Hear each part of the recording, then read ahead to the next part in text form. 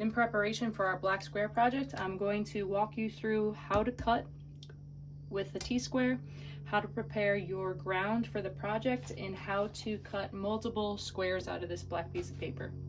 Whenever I'm cutting paper, I want to make sure that I am stable, that my paper's not moving around, my ruler's not moving around. I actually go ahead and I tape down the edges of my paper loosely to the cutting board. Now I have my T-square here. In a T-square, how it works is that you need to align the T-square with a flat perpendicular surface, right? So I'm actually going to use the edge of my cutting board all the way outside this frame. It's backed up. My cutting board is backed up all the way to the edge of the table, and it's in alignment with the table. That way I get a clean, straight perpendicular. It's not hanging over the table, right? It's not sitting on a diagonal with the edge of the table. It's right in line with the edge of the table. That makes using the T-square a lot easier. Now my dimensions, you can see how this works right here, how it's not moving around. My dimensions are going to be 8" by 8" on my ground, and I'm creating 2 of these.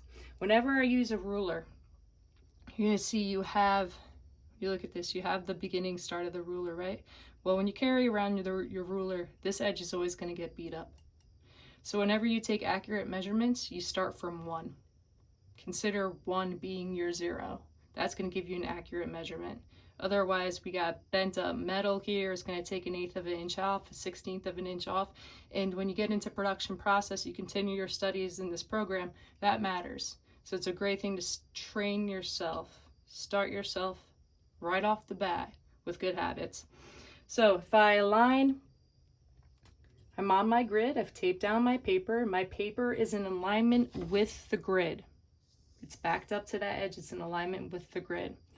I'm starting at 1, I'm considering it my 0. I am in alignment with the grid of my ruler. Alignment with the grid, alignment with the grid. Now if it's 8 by 8, I start at 1, that means I'm putting a little bit of a notch by 9, right? I'm gonna give myself 3 marks. Okay. And what I want you not to do is come in and hammer down a thick lead line. We're not going to do that. We're just making dots for ourselves that we're going to connect. Because then we'll have to go in, we'll have to erase that. It's going to get real messy. You don't need that trouble. Make 1 more dot for myself. I'm in alignment with the grid. I'm starting at 1. Measure twice, cut once. Measure twice, cut once. Otherwise, you're going to rip through your materials and get really frustrated. Okay, so I have my 8 inches across here. Now let's come down and measure where my 8 inches here is going to happen. So let's start from this side. Again, I'm in alignment with the grid. I'm starting at 1, making a notch at 9. 8 inches down. Alignment with the grid. Start at 1, always double check. Make a notch at 9. And 1 last time. Oops, see? Not in alignment. There we go. Alright, once I have that set up for myself, again, do not take your ruler and draw a line. We're not doing that. We don't need to do that. We have more precision. We have a finer ability for precision, and that's what we're training for ourselves here. We're really training craft. Now, my T-square, right here, is sitting right up against the edge of the table, right up against my cutting mat. Gonna connect my dots. My body weight, I'm standing, my body weight is over the T-square. My fingers are out of the way. I'm not cutting like this.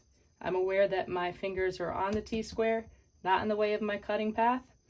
Check my alignment, make sure my T-square is right up against the table in my cutting mat. Come in. I have a sharp blade on my knife.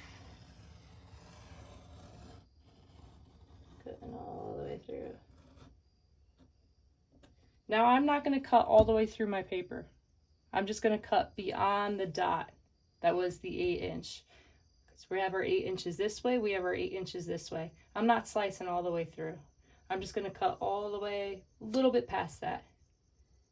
Then I don't have to worry about my paper wiggling around when I slice through on the other side. Come in, double check with another pass through. Make sure we get that clean, beautiful cut. Let's see how we're doing. Oh, let's go one more time.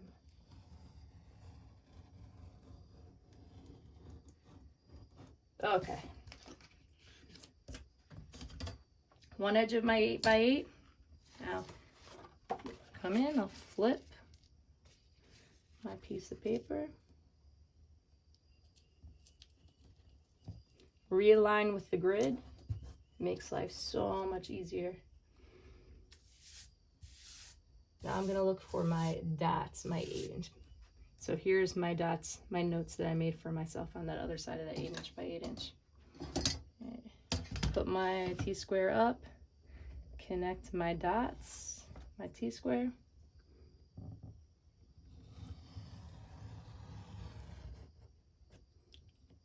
Take another pass through. All right.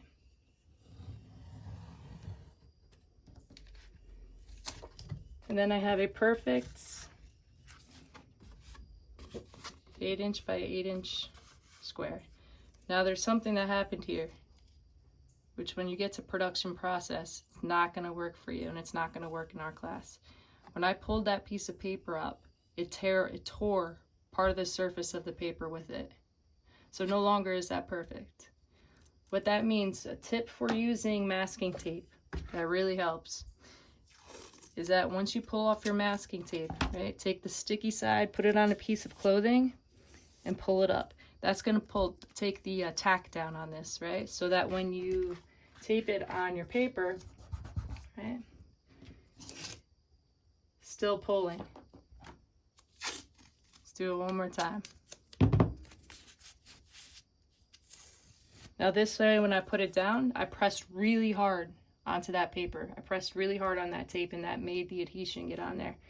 So lightly. Let's see what happens when we pull it up. We're good to go. Super clean.